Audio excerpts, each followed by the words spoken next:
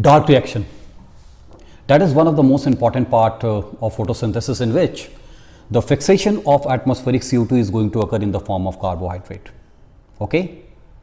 This is Dr. Pankaj Kumar, and we will learn about the steps of the dark reaction.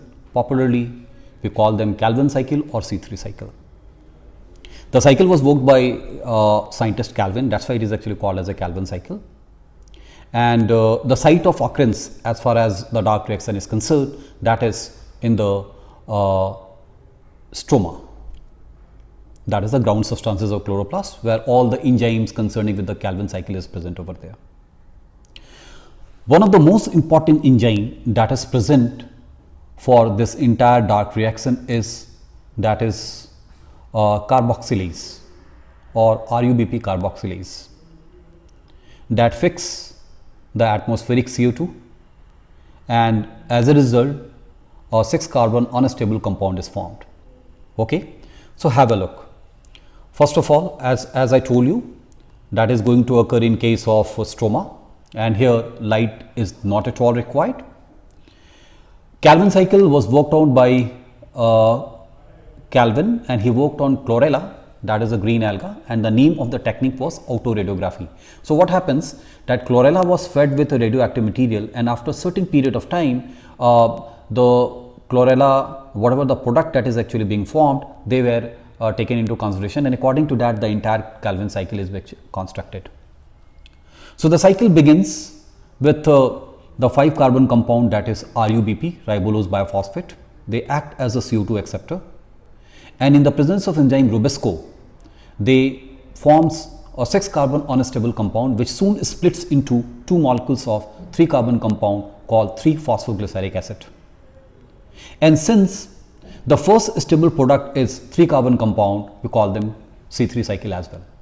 Okay. So, from here what happens, the rest of the cycles complete the entire process. So, for our convenience, we can divide Calvin cycle into these steps, what we call carboxylation, then phosphorylation, then reduction, and followed by the regeneration of the RUBP. So, let us learn the entire process in a very simplistic manner.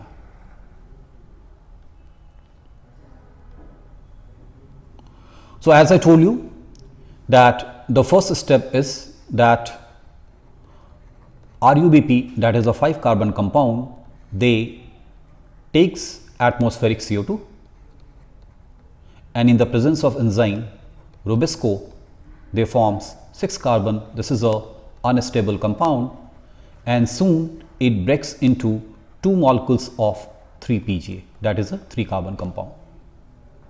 Now, this 3 PGA gets converted into 1,3-dipGA, and of course, there is an addition of ATP. And what is the source of ATP? This is the same ATP that is coming from the assimilatory powers that is formed during the light reaction. Okay. So, as a result, what we see that 1,3-dipGA is formed, that is 1,3-diphosphoglyceric acid is formed.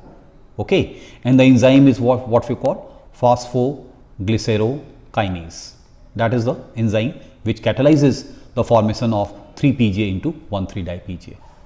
So, this is the second step, what we call phosphorylation. So, this was the first step, what we call carboxylation. Now, next what we see that the 1,3-dipGA under the presence of another assimilatory power, that is NADPH2, gets converted into PGAL.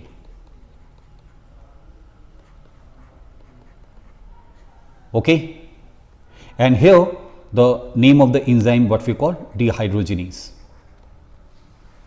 So, that was the third step. Okay. Because we know very well that the conversion of acid into aldehyde is reduction. So, third step is nothing but it is a reduction.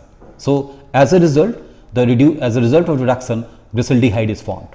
Okay. Now, this glyceraldehyde act as a raw material for not only formation of the carbohydrate, but also for the regeneration of the another CO2 acceptor in the form of RUBP.